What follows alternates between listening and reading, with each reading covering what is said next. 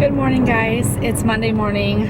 I am on cycle day 16 and I'm starting to get a little stressed out. I'm not gonna lie. You guys know how I take it very seriously not to stress out or get too overwhelmed with what's going on. And I'm not gonna lie, this morning I'm just like, I feel like a ton of stress is like running through my body because I did not get a positive ovulation test yesterday, which was Sunday. And the IUI paper given to me by my fertility specialist said if I don't get a positive by then, I need to call. And obviously I couldn't call yesterday night because it was Sunday. So this morning I thought for sure I would get a positive. I was starting to feel a little bit of the ovulation pain, and lo and behold, negative. And that's not even what stresses me out really, because I know that it could change in 3 hours. But when you eject the test out of the actual reader, in the test that I showed you in my last vlog, if you didn't watch that, it's the clear blue digital smiley face yes, empty circle no. When you eject the test strips out, there's 2 lines. So essentially I think you probably could use the test as a regular dipstick without the reader if something happened to the reader, because there is a control line and a test line. So a few days ago, I was like, okay, the line looks like it's starting to get darker when I eject it. And then this morning, the test line was like almost stark white. Like, when I saw it, I was like, okay, this had to be a bad test. But I don't think so. I mean, I just feel like I'm almost going backwards or something. Hold on, I'm trying to park. I just feel like kind of like I'm going backwards. Like how, I don't know. I am not really sure. I've been testing at the same time every single day. I wake up at like 1 in the morning to go pee, and then I drink a little bit of fluid, and then so I sleep until like 6:30, and then I test. So that way I'm guaranteed to hold my pee for that long, because it is a little bit harder for me to hold it like during the day, especially when I'm working, because I normally drink a lot of water. So I'm not really sure what's going on. I've normally been testing at about 6:30 in the morning, and then testing again in the afternoon around like 5 o'clock. So hopefully I'm not missing anything. But I don't know, guys. I'm gonna call my fertility specialist office in like 10 minutes when they open, and hopefully speak to someone and see what we're gonna do. Because for me, I feel like maybe I should go in and they should do like the ultrasound, like the scan, to see if I even have anything there, because we've pretty much relied heavily on the fact that I am ovulating on my own. But my results from OB said I wasn't ovulating on my own. My fertility specialist said, no, I think you are. So he just kind of is assuming, and like, what if I actually am not ovulating? People are starting to pull in. They're gonna think that I'm weird. Because where I work at, it's like a bunch of different like suites and stuff. So it's not just my coworkers. By the way, frozen Dunkin' coffee and pumpkin, life. So anyway, that's how I've been feeling this morning. I'm just a little upset. So I'm gonna call my OB at 8 o'clock and then update you guys on what's gonna go on. Hopefully I go in for a scan. Maybe I won't, I'm not really sure. Maybe they'll say wait a few days, but I'll update you guys either way. Okay, I just got off the phone with my fertility clinic, and they want me to come in this afternoon for an ultrasound. They said they needed to check by ultrasound to see kind of where I was at, since I did not have a positive ovulation test. Obviously I'm at work. I scheduled the ultrasound for over my lunch hour. So yeah, I'm not gonna lie, I'm a little bit nervous, because like, obviously the biggest thing is, what if I get there and they're like, oh, well, you're not actually gonna ovulate this month, or something like that. I'm just feeling like, I don't know, I've been sick to my stomach ever since I got that phone call of like, you're gonna have to come in now. So like, I'm gonna have a definite answer here in a few hours, and I'm just like,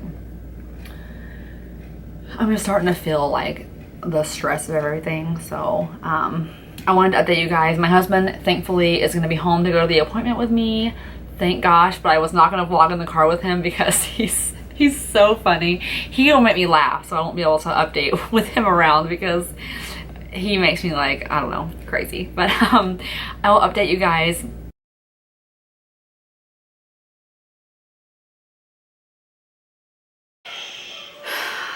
I'm gonna go ahead and get into it because I pretty much processed it. I'm just like, let's just talk about it, let you guys know what's going on, because I like couldn't believe this even happened, to be honest. You guys know I had an appointment today. If you just saw the clip previously, I had to go in at 2 o'clock to have an ultrasound done because I haven't gotten a positive ovulation test, and apparently it's due to me not taking them correctly. But we get to the appointment, I'm nervous, I'm thinking they're gonna tell me that I'm not gonna ovulate, that something has either like the Clomid hasn't worked or something.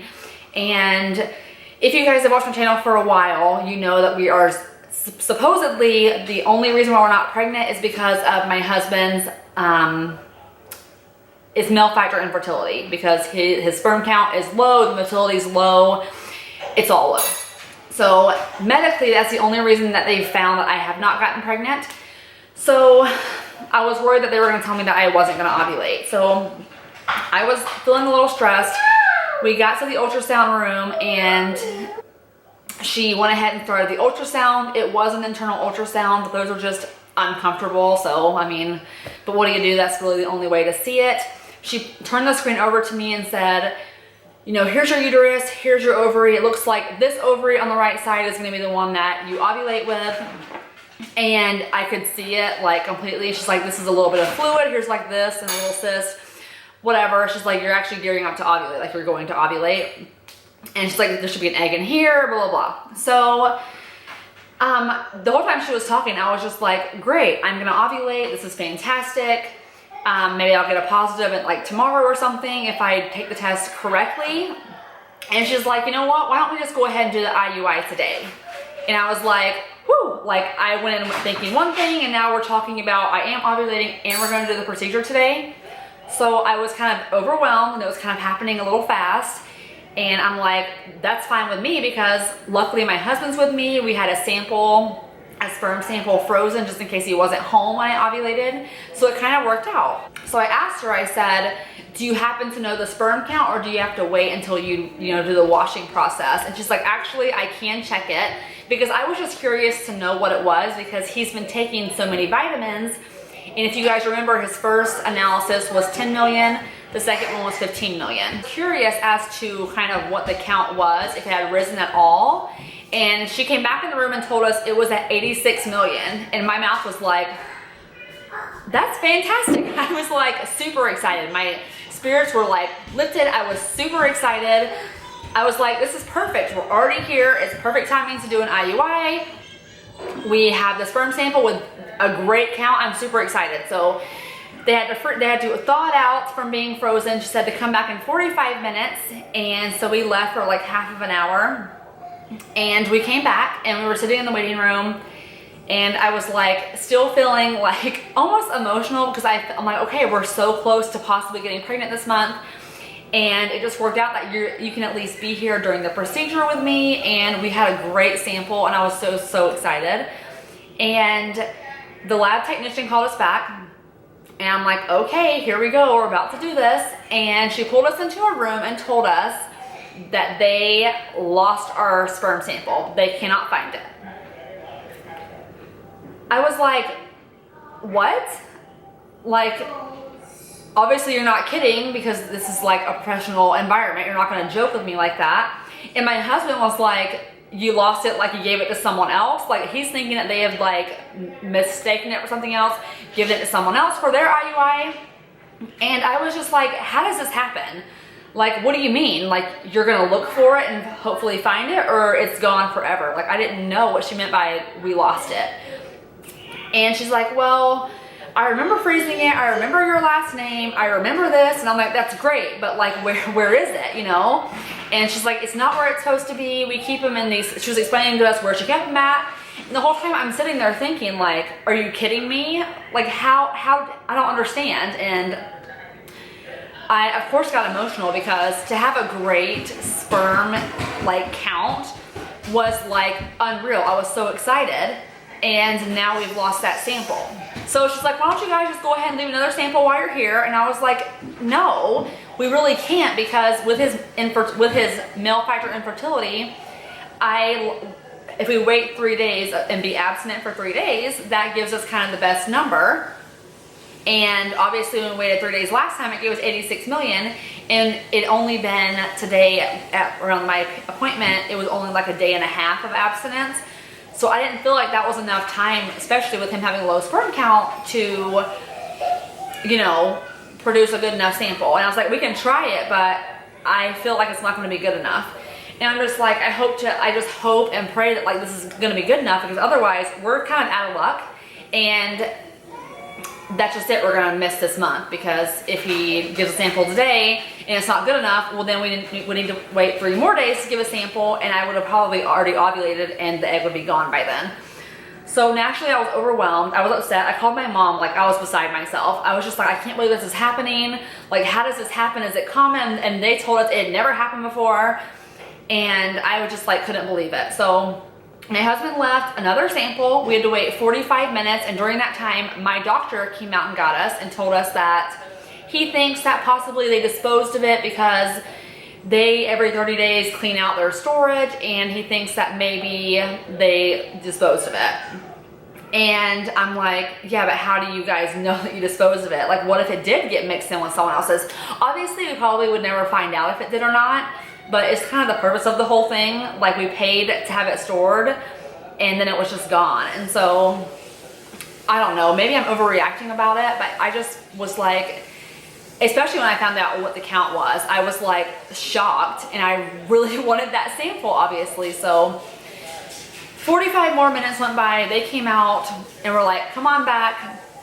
And she, the nurse that is, showed me the sheet of paper where they had done the analysis, and the count after they had washed it was at 47 million. So even that being way better than it was before on his own. And I obviously was like, thank you, God.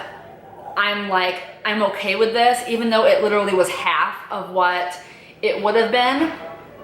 I'm like, obviously we can go ahead and move forward with the IUI today, but I still was upset. Like, honestly, I was just like upset. I just felt bummed that we could have had that bigger amount and like a better count. But my husband and I talked about it in the room for a few minutes, and he's like, do you want to move forward? And I was like, I think we should, because it's better than I thought it was going to be. I went into the appointment thinking that his first sample that was frozen was only going to be like 10 to 15 million. So even to end up with 47 million, I couldn't have asked for anything else. And so we did the procedure. It was super easy. They just put the speculum in, put the cath in. I didn't really feel anything except for the speculum going in and out. And it was maybe like 3 minutes total of like being uncomfortable. And after that, she was like, you can go ahead and get up, put your clothes on, and you can go about your day. There was not really any restrictions. They just don't want you to be like super active that first day or two. And I'm just gonna skip the gym for the next few days. Supposedly what they did today, what they put in today, is supposed to last or live for like 3 to 4 days. So she said it should very well be covered fine, and to follow up with like still trying naturally to conceive. So that's our plan for now. And thank you guys for watching this. I just feel kind of relieved to kind of vent and get that off my chest and tell you guys what happened, because I, like, even thinking about it today, I'm still like shocked. And my doctor, one of the ones that I work for, I told them what happened when I got back to work, and they were like shocked too. And anyway, so I will keep you guys updated. If this has ever happened to you, I would love to know, is it really as common? Is it really common, or like, is it just like one of those weird cases? I don't know. I would like to hear if this ever happened to you guys. But thank you guys so much for watching, and I will see you guys in my next video. Bye.